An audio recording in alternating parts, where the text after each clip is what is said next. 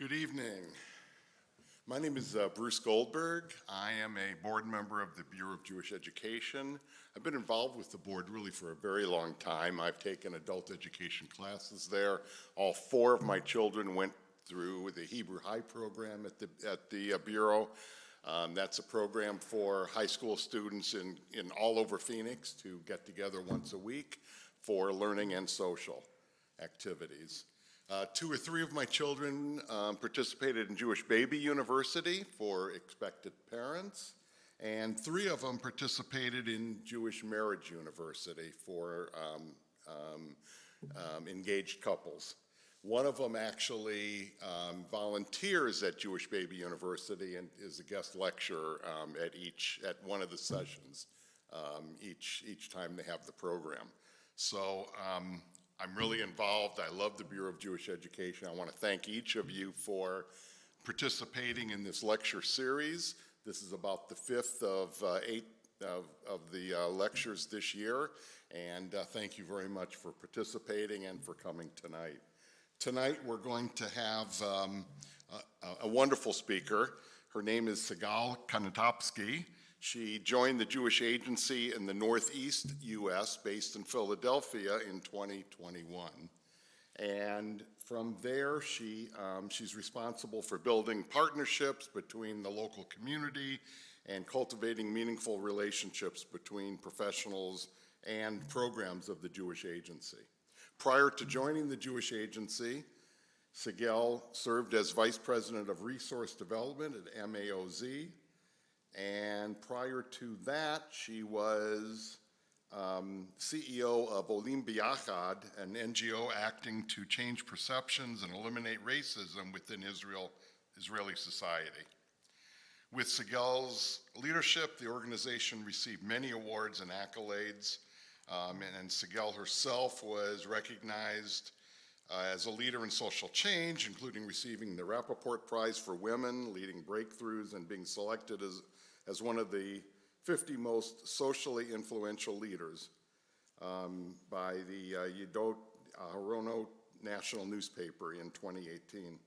She holds an MA in conflict management from the Tel Aviv University and is certified as an arbitrator, and holds a BA in international relations from the Hebrew University in Jerusalem.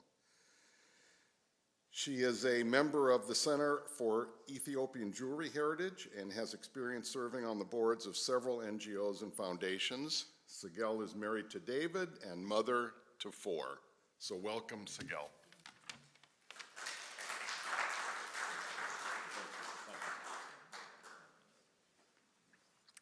Erev Tov, good evening. Can you hear me?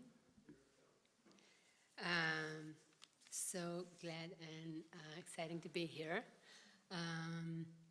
So in the next few minutes or an hour, more or less, that we have together.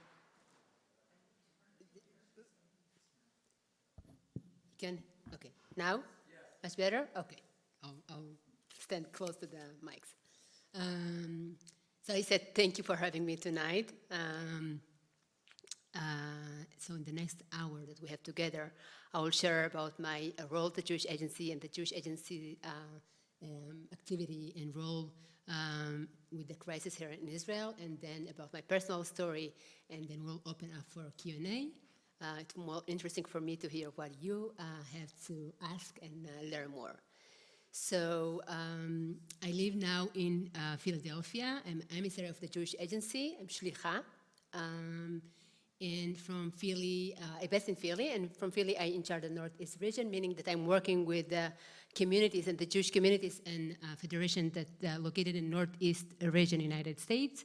I moved to Philadelphia almost 3 years ago with my 2 out of 4 children and my husband. We have 4 kids, 2 in Israel, 1 soldier, and the second one about to become a soldier next month. And 2 other with us in Philadelphia, which is for us, we feel that this is a huge shlichut to be located in Philadelphia and working with the Jewish communities here in Northeast region specifically, but in North America in general. And mainly after October 7th, I think myself and my shlichim, I have almost 100 shlichim in Northeast region that I'm, in charging. We feel that our shlichut get another layer of, mashma'ut, of meaningful since October 7th. So this is in a nutshell about me today. And mentioning the Jewish Agency, just a few words to make sure that we are all on the same page. The Jewish Agency is one of the most largest Jewish NGO in the world. It exists more than 90 years. And by the way, the Jewish Agency, in fact, the Jewish Agency established the Israel state. One of our biggest hall in the Jewish Agency building in Jerusalem is Ben Gurion Hall, which is where exactly, Ben Gurion sat with other Knesset member at that time and announced about the establishment of Israel state. So this is how old and the Jewish Agency is and exists. As I said, the most largest Jewish NGO in the world. Before October 7th, the Jewish Agency will focus on three main focus areas.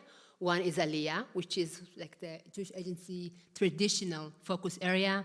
When I say aliya, it doesn't matter if it's the aliya of rescue, or someone that wants to fulfill the dream of Jerusalem, like my parents. We, the Jewish Agency, was and still nowadays there to help any Jew on earth to fulfill this dream of being back home to Israel. The second focus area is connecting Jews to each other and to Israel, and we're doing that through different and bunch of dozens of activities and programs. One of them is the shlichim, for example, the emissaries. I know that also here in Phoenix in the past, even now, I think there are shlichim of the Jewish Agency that working within the Jewish communities and doing Israel engagement through several ways. Or Masa program, for example, like the program that taking young adults from North America and from other areas in the world to Israel to immersive experience, to see, learn, teach English, and to volunteer within a business in Israel, and etc. Between 4 weeks to 6 months of program, and then they're coming back to their communities and becoming the best ambassador, not just for Israel, but for them, for the Jewish world in general, and strengthen their Jewish identity and their knowledge and connection with Israel. So this is the second focus area and how we're implementing this focus area. And the third focus area is like what we call Israel society. And in Israel, we're working mainly with vulnerable communities, with Holocaust survivors in Israel, affording them housing and any other help that they need. And also with youth at risk, kids from unfortunate background, I'll say, that we help them and giving them the opportunity to fulfill their potentials and to open the door for them to a good service in the army, and then their future in Israel. We know that in Israel, the army ticket, it's important to your professional life and everything. So this is what we do in Israel. And then October 7th happened. And I will say that since October 7th, the Jewish Agency still, we're still doing aliyah, we're still running programs that's connecting, Jews from outside of Israel to Israel, and but only focusing on our work in Israel because the situation. And since October 7th, I will say that from the first moment, one of the expertise of the Jewish Agency before October 7th, while we are running the routine work of our organization, it's simultaneously, I will say, to be ready to step up in any emergency case. So that's what we did with the COVID, for example, and then with the Ukraine war, when the war between Ukraine and Russia broke out. The Jewish Agency was one of the organizations that was in the first moments in the front line in Ukraine and helped to evacuate Jews to the neighboring country and to Israel. So we hold this expertise And this expertise and the infrastructure that we have in Israel, that's what helped us also on October 7th, when the war broke out, to be there in the first moment and to act as an arm of the Israeli government and to provide help and support to the Israeli society. And today, I'll say, 4 months since the war broke out, I'll say 3 focus areas where we are focusing to now. First is, I'll say, direct relief to thousands of families that affected by the war. I'll give an example. Like so far we gave more than 2,200 grants to families that their families were killed, murdered, or kidnapped in the kibbutzim or the Nova Festival, and we were able to do that through our Victim of Terror Foundation fund that exists from the first Intifada. So if in the before October 7th, in I'll say regular year, we provided 200 grants max a year. Since October 7th, as I said, so far we gave and provided 8,200 grants to families, and it's not like the first money that we are giving, grants that we're giving. We also helping to those families the next 3 years, mental-wise, with mental treatment, and not just financial-wise. Another example is that so far we gave more than 22 million to businesses in Israel, and mainly in the South area, by the way, which, the South area, economical-wise, wasn't like that much strong even before October 7th, but after October 7th, as you can imagine, because the situation, and many of the business owners that went to the army and serving the army, in the reserve army, so, the business is closed, and we providing some of the infrastructure for them not to crash and to survive this situation. Another example of another focus area is what we call communities rebuilding. And here I must share with you and say that, October 7th, it's shaked every basic assumption that we had. Israeli that I knew and we knew it's not exist anymore. And even, I'll share example, the feeling that we are safe in our communities, in our neighborhoods, and it doesn't matter if it's in Gaza envelope or in Ramat Gan or in Tzfat, this feeling does not exist anymore. And the feeling and the assumption that we have the most strongest army and the most strongest leadership to, thank you, the most strongest, now you can see me, not just thank you. The most strongest army and leadership, it's also, I'll say, affected. And so now we are in a situation that building this level, this layer, I'll say, but also the economic and our communities. So the feeling now in Israel that we are building everything from the beginning. So part of this communities rebuilding, the Jewish agency, as I said, thanks to our infrastructures and abilities and experience that we have acting in emergency situation, we are there as an arm of the government of Israel, and as well as many other organizations that are acting now in Israel to help and to provide this process of rebuilding. Just I'll share a small example. It's this summer we're going to bring more than 700 kids to summer camps in North America. We call it Campers Together. Those kids have been evacuated. I don't know if you know, but there are more than 200,000 families that still evacuated from south and north of Israel. And just to have those kids some, respite opportunity and activity.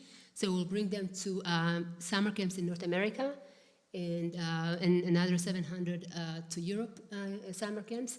So, this is another example how we are fulfilling and helping our rebuilding, communities rebuilding in Israel nowadays.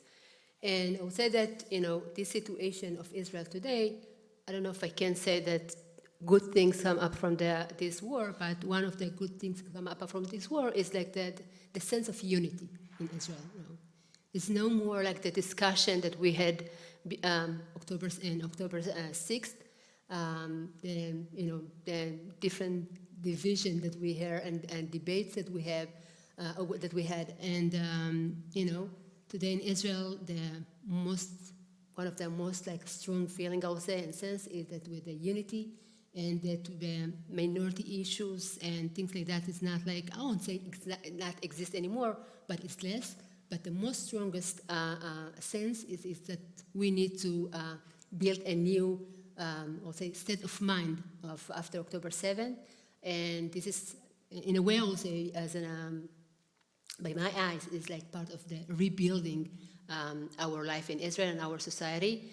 And yeah, so I will give an example, and then I will move to illustrate that by my personal story in the past and in the present. I'll say that one of the examples is the part of the different minority groups in the war.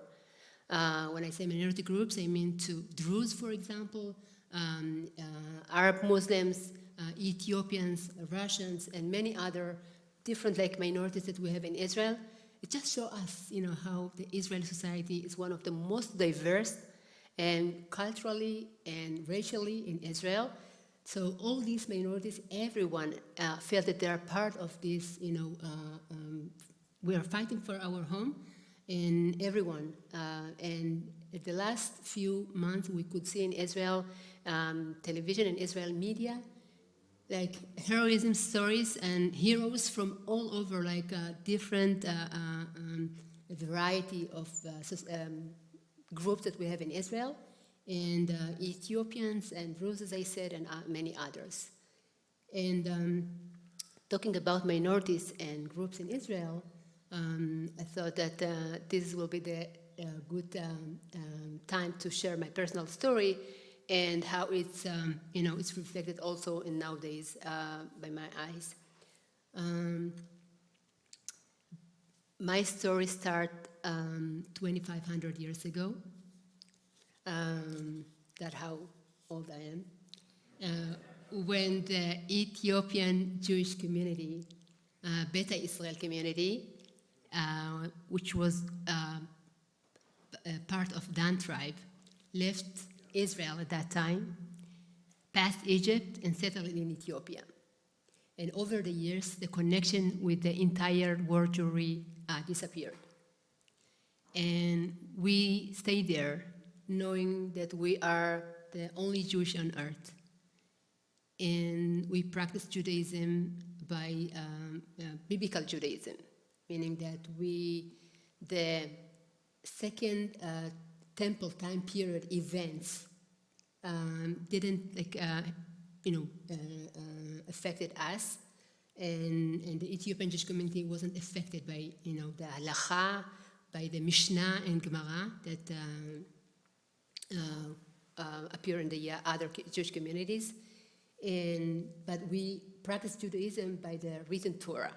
So just to reflect what I'm meaning by that, in one hand, we celebrated Passover in the same exact way as it appears in the written Torah, that each family slaughtered a goat, and that bet av, household, each household, and we broke our tools. We didn't clean them. We built new tools to cook and our food and everything.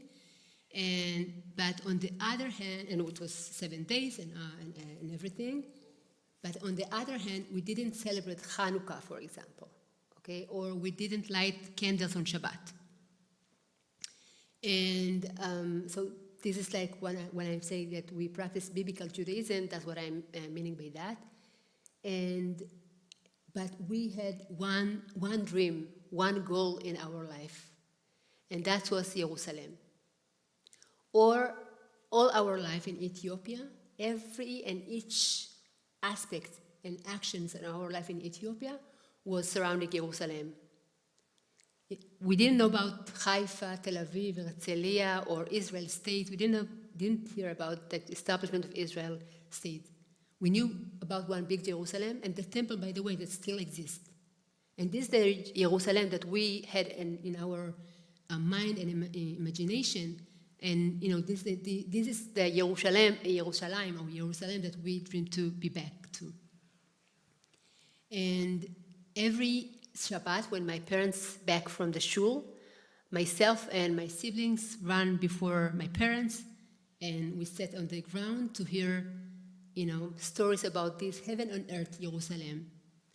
And every time that we played outside, and we saw the storks migrating north, we ran after them and we called within a huge excitement, Shimela Shimela Gerachin Jerusalem Dena, meaning in Amharic, which means stork carry word of peace to our Holy Land in Jerusalem. I don't think I understood what I'm saying, but again, it's just to reflect how the sense or the aspect of Jerusalem was in the center of our life.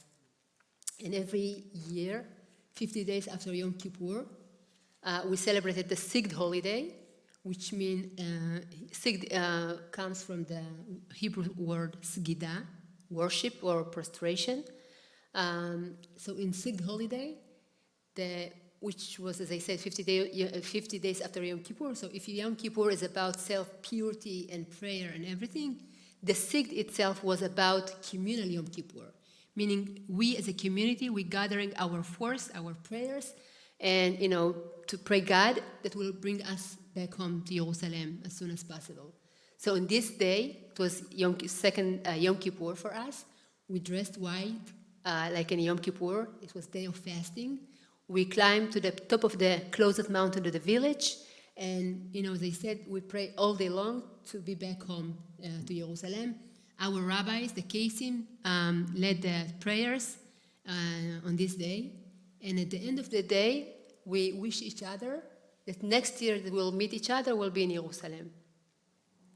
And the state of mind of my parents, Melissa Enuye, and other Ethiopian community wasn't Leshana Haba'a B'Yerushalayim, meaning next year in Jerusalem, but rather today, now, every moment, we might go to Jerusalem.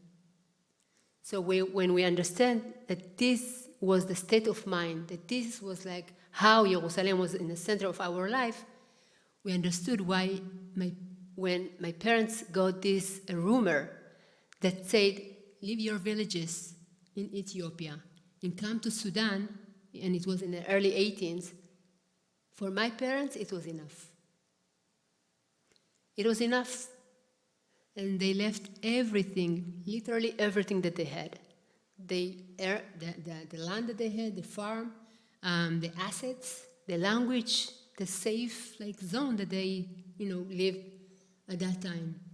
They left everything, and one night they decided they gone to take the risk and start this journey from Ethiopia, then to Sudan, and then to Jerusalem. And as I said, it was early 18s. And from the last village in Ethiopia to Sudan, it took us 5.5 weeks. We walked during the night and rest during the day. Why we went during the night? Because at that time, it was forbidden to leave Ethiopia as a citizen. But we said it was a famine also at the same time in Ethiopia and Sudan, all over Sudan. So we said that we used that situation as a cover story, and we said that we are refugees like any other refugees that going to Sudan, because in Sudan were a lot of NGOs that came to provide food and treatment to the refugees. And so my family and many other Ethiopian Jewish families used the situation while they, during this journey. And after 5.5 weeks, we got to Sudan border, and then we met one of the Israeli agents that operated the operation on ground there in Sudan. Again, Sudan at that time, enemy country, no connection with a relationship with Israel. It was a secret mission. And as I said, we said that we are non-Jewish, we're just refugee. We didn't cover our Jewish identity. And once we got there, we didn't realize that Sudan, in a way, was death trap, because as you can imagine, refugee situation, horrific situation. During the journey, just before we left past the Sudan border, unfortunately, we lost one of my brothers on the way. And Sudan, we were almost about to lose one of my brothers that got sick. And 4,000, in fact, 4,000 Ethiopian Jews, mainly elders and toddlers, that survived the journey from Ethiopia to Sudan, lost their life in these horrific situations in Sudan refugee camps. And then you wait. You go to the refugee camp, you go to your house, and you wait. No one tell you how long it will take, when you will get the ticket to Jerusalem, and if you ever will be able to fulfill this dream. And we were lucky, and we waited in Sudan and the refugee camp only 6 months. And after 6 months, it was Shabbat, Chanukah, Friday night. We were sitting and having our Shabbat dinner with the little we had at that time as a food. And what amazing me nowadays is how strong and strict my parents were. Even in these hard conditions in the refugee camp, they were strict with their to eat non-kosher and to preserve themselves from and observe Shabbat and whatever needed. So Shabbat, Chanukah, this night, as I said, we were sitting around the table, and in the middle of the table was the challah, the dabo, the Ethiopian challah. My mom held my baby sister in her back and served us the dinner. And we were discussing when my brother, one of my older brothers that went with my one of my uncle to work, will be back. Well, suddenly someone opened up our door in a very brutal way and asked us in Amharic, "Alachuhun," meaning, are you still here? And we look at each other, and then my father, and then with no more one word, we understood that tonight there is a flight to Israel. So we left everything as it is, the food on the table, the luggage that we brought with us from Ethiopia, and everything. We just took each other. And the last minute, my mom grabbed the dabo with her, and that's what we ate the day after Shabbat in Israel. And we left everything as it is, and we just followed this guy, and I don't know to estimate how long it took us, but after a while we got to kind of I would say a forest, and that forest again, it was Sudan, no electricity, full darkness outside, and 100 of families there and 100 of people sitting there in this forest area, waiting to the next order from our guiders. And I said 100 of people sitting there in this darkness, but you couldn't hear even one sound. For me, when people ask me about my memories from my life in a village or from the journey, I don't have that much clear memories from my life in a village or from the journey, only the traumatic ones. But that moment, that night, I remember very well the silence, how strong and loudly was the silence at that night. And after a while, what by my eyes, I was 5 years old at that time, by my eyes looked like a big bird. It was the airplane landed, and it was few seconds that from the moment that the airplane landed until we were into the sorry.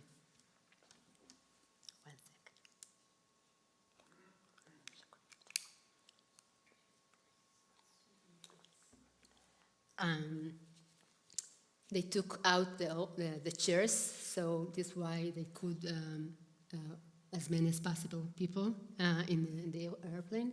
As I said, we were almost 400 people that they put in the same flight, and it was it was like it looked like hours of process. But then a few years later, I met one of the two pilots that was at the same night of my aliyah, of my parents' aliyah, and he told me no, it was 12 minutes. That's it.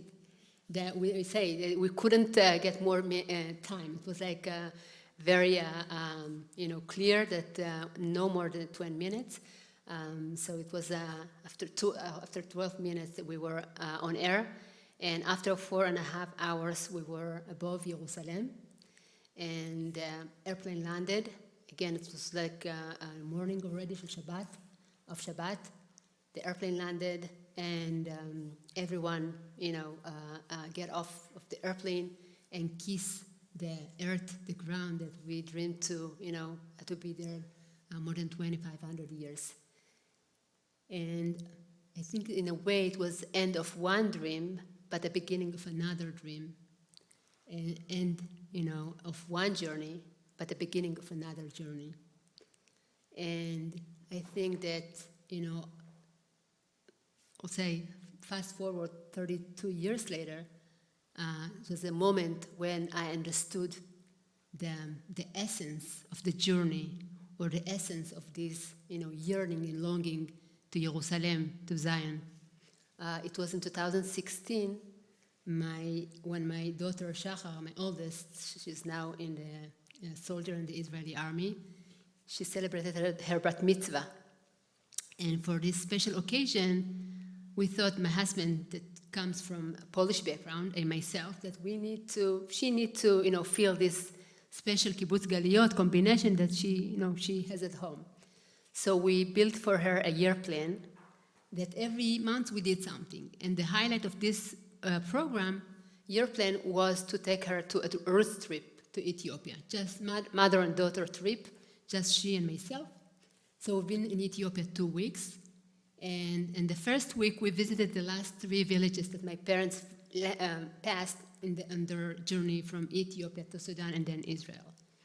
And the first village was Mereva, the village where I was born.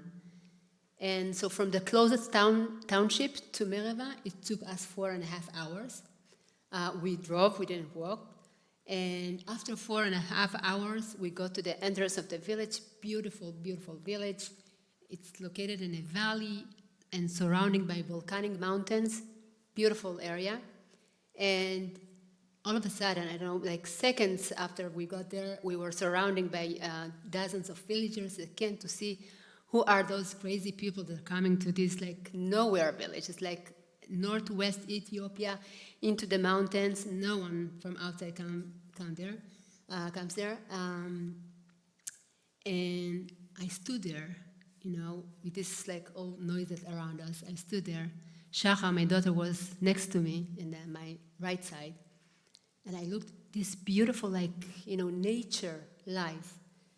Front of us, like few meters from us, was the river, the Akwash River, the river that all my childhood story based on. The Jews in Ethiopia lived next to flowing waters in order to be able to practice some of the halachot, some of the Jewish rituals. And I'm standing there, and so many questions that come up to my mind at that moment. First, I saw like this beautiful view, and I asked myself, why? Why my parents left this beautiful way of life and, went to the nowhere, kind of a nowhere. And second, I tried to look, left and right, and to guess how they knew which way would lead them to Jerusalem. Right? There is no any sign that say the way to Jerusalem. Nothing. Like as I said, it's a valley located by volcanic mountains, forest all around.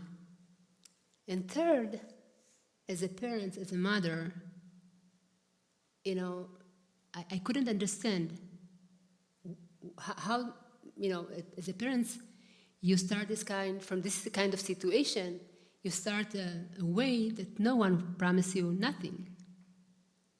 And what for? I dare to ask myself, what for?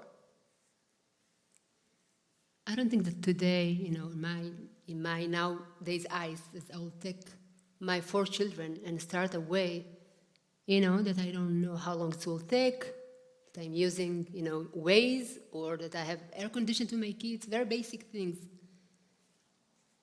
And all these questions stick in my mind. And a week after we got back home to Israel, I decided I'm going to ask my mom this question. I said my mom because my father died a year and a half after we arrived to Israel. And although the journey issue, it's taboo in our home, we are not talking about the journey, 40 years, it's no. But I felt that I have to open up this question and ask my mom. So during Shabbat breakfast, when we spent with her the first weekend after we got back, I asked her, I said, Mom, listen, we've been there. Beautiful place, amazing people that welcomed us so warmly. But I told her, why you waited there 2,500 years. You could wait there a few more years until it be safer, right? I mean, why to danger my life and my siblings' life and start this crazy journey? And I told her with my Israeli chutzpah, I told her, you see, and you even lost one of your children on the way. And then she looked at me and she said, what do you think? What for we lived in Ethiopia? What for? To be more rich than we were, to be more satisfied with our lives. What for? We had one dream, one mission, one destiny in our life in Ethiopia. And this was Jerusalem.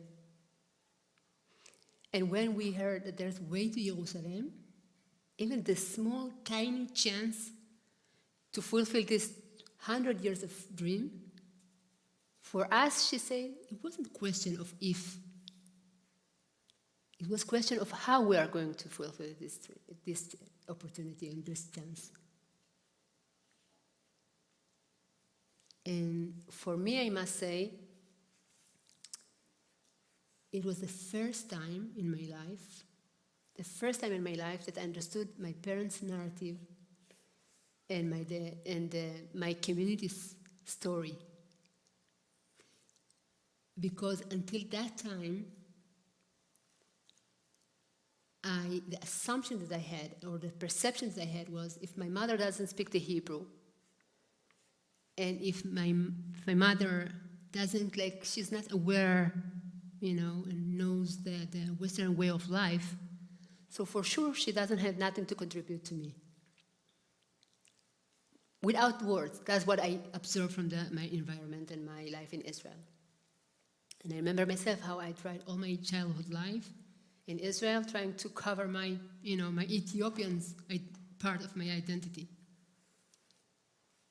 But it was the first time that I understood that, and I was almost 40 years old with 4 children, consider myself, well known and very one of the activists in Israel, led so many social initiatives and activities in Israel, blah, blah, blah, blah. But it was the first time that I understood that my ambitions and my motivation to be so involved and, to do tikkun olam in my world and in social activists, it didn't start from this university or that university. It didn't start from this leadership program or that leadership program. It started in Mereva, in a village. And it was during the journey to Israel. And then in my life in Israel, I absorbed that from my mom and my parents and my siblings. But no one told me that. And then I even asked myself, so if this was my parents' Jerusalem, this dream, this vision that they every morning, they waked up with this dream and go sleep with this dream. And generation after generation, Ethiopian Jewish were born with this dream and died with this dream. I asked myself at that moment, so what is Jerusalem for me today? What this is like vision, goal, or dream that I will be, willing to risk my kids' life if needed, but to live this kind of life.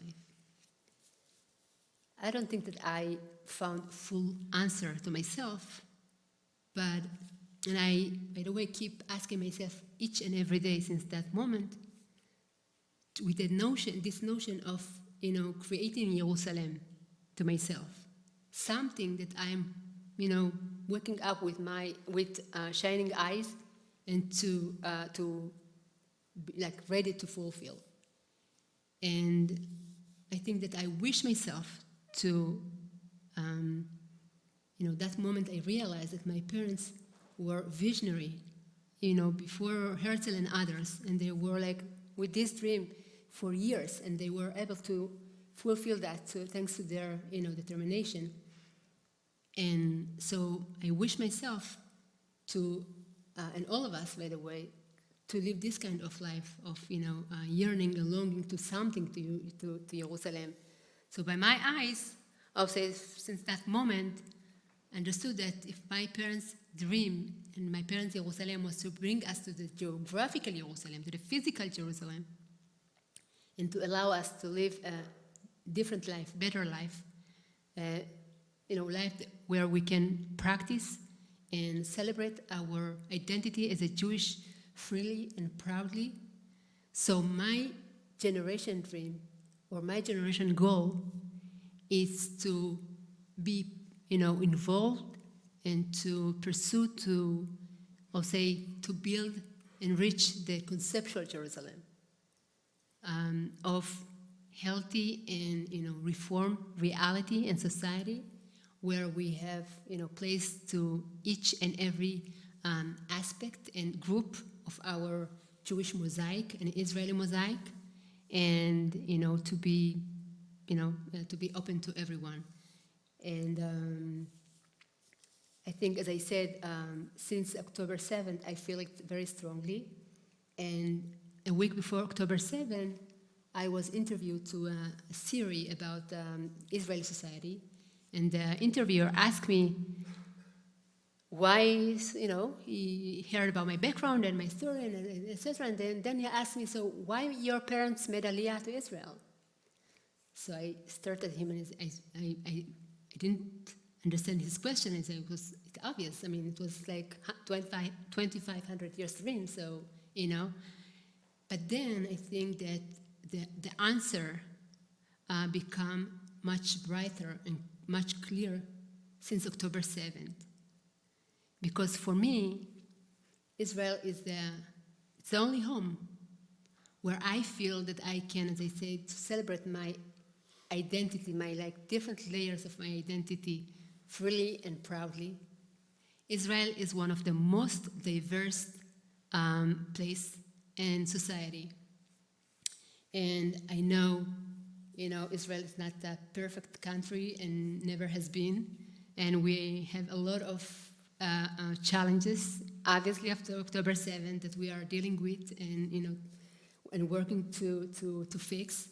And all my life I was fought for minorities' rights, minority all kind. And I feel that, I know how to criticize Israel. No one needs to teach me. But to say that, at the same time, to say that we have so many achievements and so many success in Israel, in our society, and in the Jewish world as well, that, so much to be things that we, need and can and should be proud of. And that's what I feel that, especially after October 7th, to highlight and to see as my shlichut and our shlichut, it's not just mine, that we need to highlight in order in a process of rebuilding our society and our world and to do it much better. So this is in a nutshell my story. I want to leave time for Q&A. And I don't know how much time I spoke. We'll...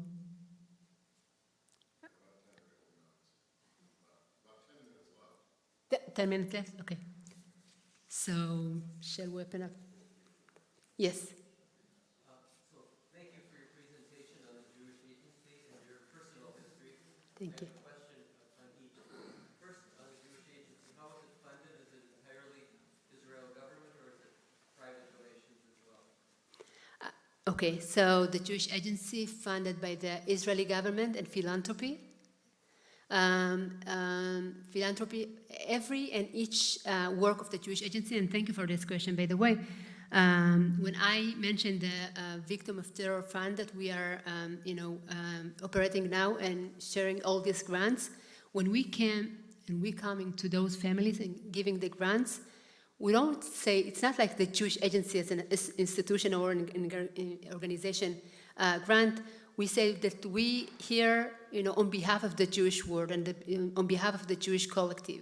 And truly, that's what we are saying, because this fund, we were able to provide these grants and this support, financial support to those families and the communities now in Israel, thanks to the Jewish communities all over the world, and mainly from North America that's supporting us, and mainly after October 7th. And here I must say that the Jewish communities after October 7th were in the front line way before the government. Way before the government. And it's not about the money, but it's about who are the first faces and the first supporters that those families and those communities met. And so in this aspect also I will say that this bonding and this mutual, I will say, relationship, I'm sure that, it's been strengthened after October 7th. And so this support that we're getting, so part of our budget is from the government, but half other is from the philanthropy, Jewish Federation, as I said, from all over the world and mainly from North America. And obviously, Phoenix Federation is one of them, through different programs, by these three focus areas that I mentioned. The second question, on your personal background, back in Ethiopia when you were young, family practiced keeping kosher, but it couldn't have been halakha, so it had to be biblical kosher? Yeah, so, biblical kosher. Which means that we didn't, biblical kosher. Not the rabbinical way of, the different nuances. For example, in Passover, we translated machmetzet. I don't know the English word if someone here speaks. Anyhow, we didn't eat. Milk, for example, was part of considered chametz in Ethiopia. Or bananas. My parents didn't eat bananas. They eat fresh food, not food that stayed overnight. So something that you cook and you eat, and that's it. And what left you're throwing out, and you're not using. Fruits and vegetables that stay overnight, it's considered like a chametz in Ethiopia. So in Passover, we are worse than Ashkenazim even, so it's hard. Yeah, yes. What kind of kashrut do the Ethiopian community practices now in Israel? So now in Israel, it's by what exists rabbinical way, mainly. But one of the fascinating phenomena the last 10 years, I will say, it's that more and more Ethiopian descent Israelis that were born in Israel, grew up in Israel, and now they're starting to become Kesim, Ethiopian rabbis. So they studied Giz, the Ethiopian holy language, and they leading the synagogues that by this language. And by my eyes, it's amazing because the Ethiopians. It took us years, and still we're in a process to kind of justify or need to justify this extreme way of practicing Judaism. And at the beginning, the Ethiopian Jews even didn't consider as Jews, right? I mean, in the first years. And then, like, obviously, like, the way of practicing Judaism. So today, I think that things has changed, and we are more and more getting this legitimate, I'll say. And actually, we are not waiting to anyone, like, to confirm that, but we are leading this process. And you can just see, like, the Sigal holiday in Israel, like the Sigal holiday in Israel, which is become since 2008 to an official holiday, which means that every educational system in Israel must mention the Sigal holiday. It's not like Ethiopian holiday anymore. Like, it's like an official holiday in Israel, and the big celebration is in Armon HaNatziv in Jerusalem, like the prominent that overlook the Kotel, the Western Wall. And there you can see today, if it's in the first years, it was like 80% Ethiopians and 20% non-Ethiopians. Today it's half and half, and even like, and many people that relating to the holiday and mentioning that. So it's part of the process of becoming a different, it's not like to be Ashkenazi or Sephardi way of practicing Judaism, but it's a separate stream and way of practicing Judaism in Israel today. How many Ethiopian Jews are still in Ethiopia, and how many have left over the last decades? Oh, okay. Thank you for this question. I was about to mention it and I forgot that. So today in Israel, there are around 170,000. 170,000, which means it's like less than 2% of the Israel society, okay? Out of this 170,000, 48% were born in Israel, which means very young community. In the entire 52%, the majority of them, they are not newcomer by definition. They are in Israel like me, 30 and 40 years. And so this is like the situation. And in Ethiopia, today there are around 10,000, 3,000 in Addis Ababa, the capital city of Ethiopia, and another 7,000 in Gondar. Gondar, we have the biggest Jewish like compound or community. And I would say that around 70% of them have relatives from the first degree in Israel. And some of them, they didn't see their families for 10 years, 15 years, or 20 years. And here, some of you might ask, so how come? If they are like, well, where they're waiting, why they are separated from their family? So I think it was in 2003 that, or 13, that the Israel government sent a kind of a call out to the Ethiopian Israel and say, those that they have relatives in Israel, in Ethiopia, apply for the names and tell us no. And they create a list of 30,000 names come up from this process. And then a few years later say, okay, let's start to bring them to Israel by these names that they create, this list. And then they said, okay, but we will let out of these 30,000 names, we will bring to Israel those that there are, the families that are in this list, but those that they have children above of 18 years old, the children can't join the family. They will stay behind, and we'll bring them later on. But no one say how long it will take or when this later on will be. And so the families, made aliyah. They left behind their kids above 18 years old. And then over the years, and you know how this like the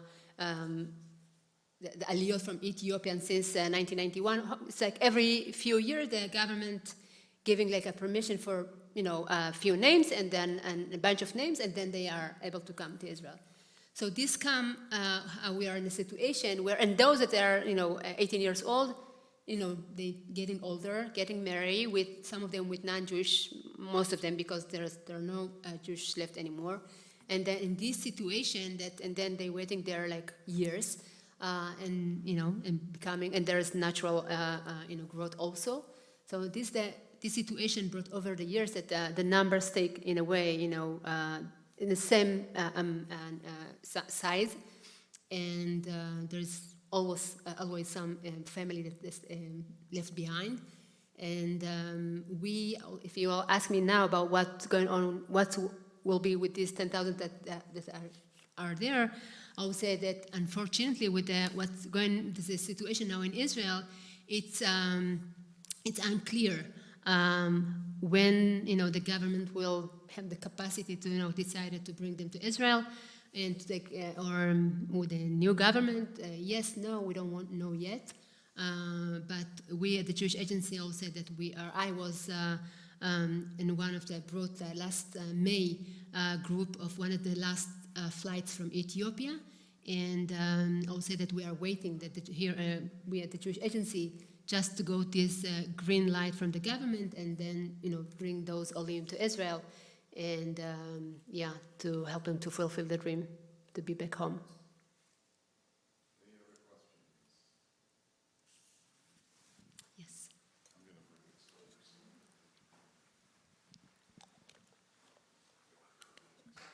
Thank you. Have you or your parents experienced any sort of discrimination while you're in Israel? Because you are different, you have a different Judaism? The Judaism wasn't the only problem. But yes, to your question, the short answer is yes, and I'll elaborate a bit to say that one of the challenges for us, when I was in Ethiopia, and I've been told that we're reaching, heading to meet our brothers and sisters in Jerusalem.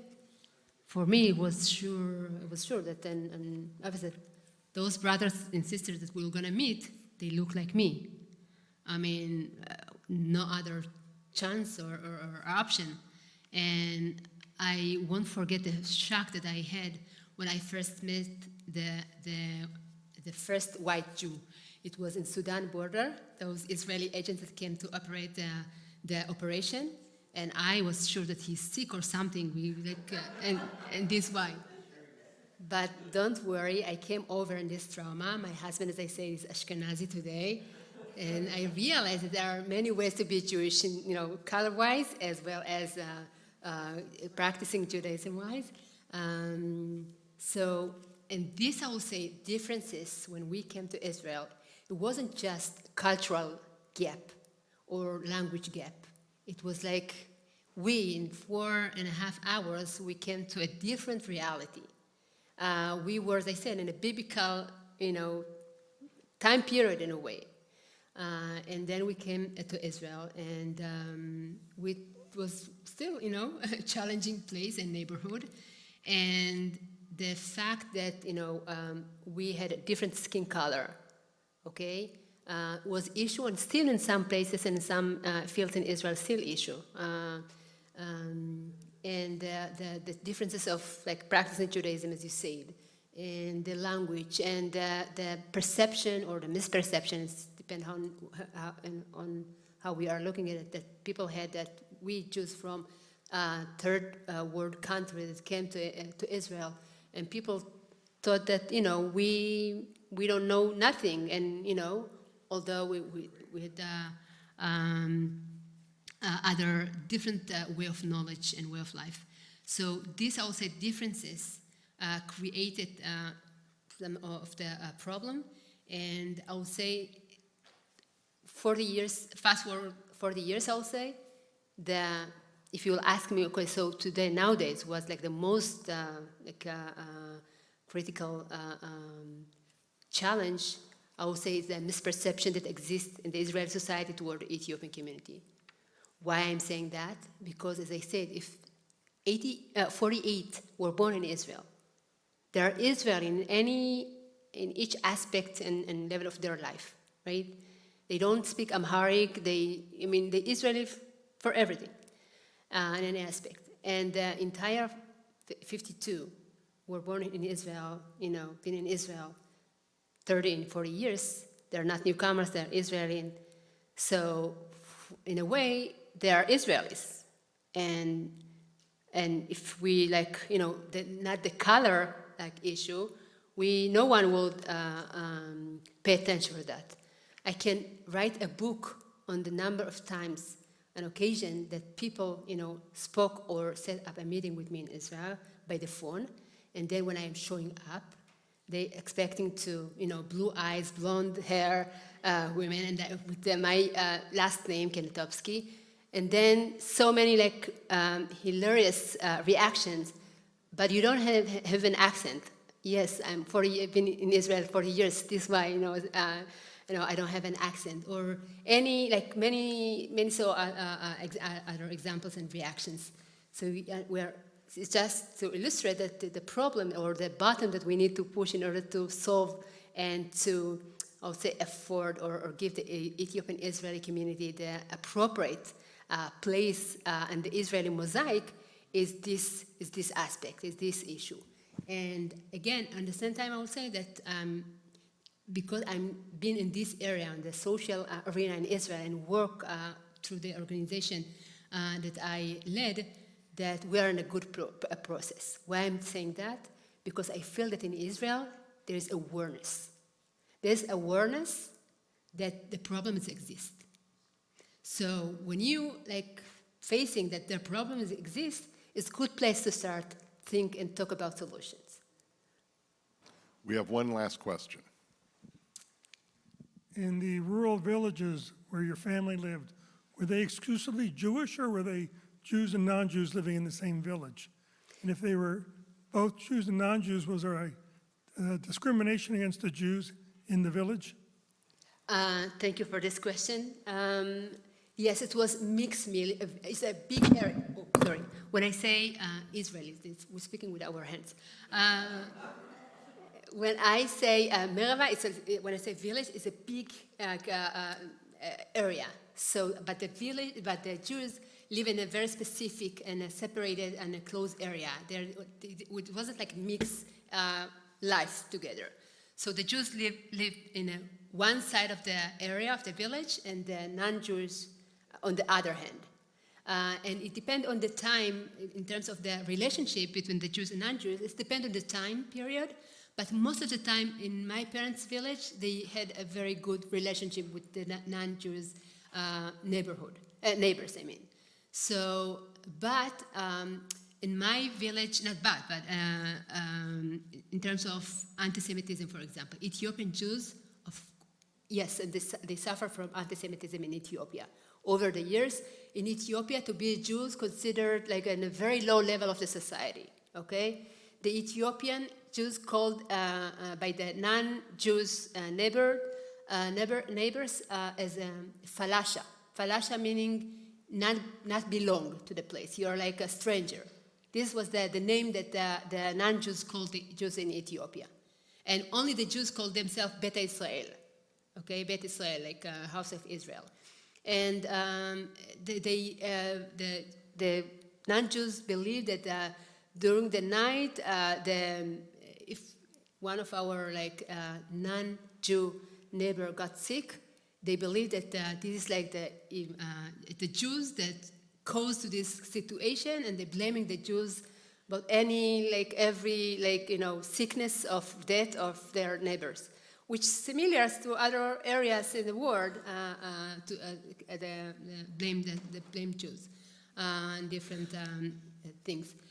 So this was the situation.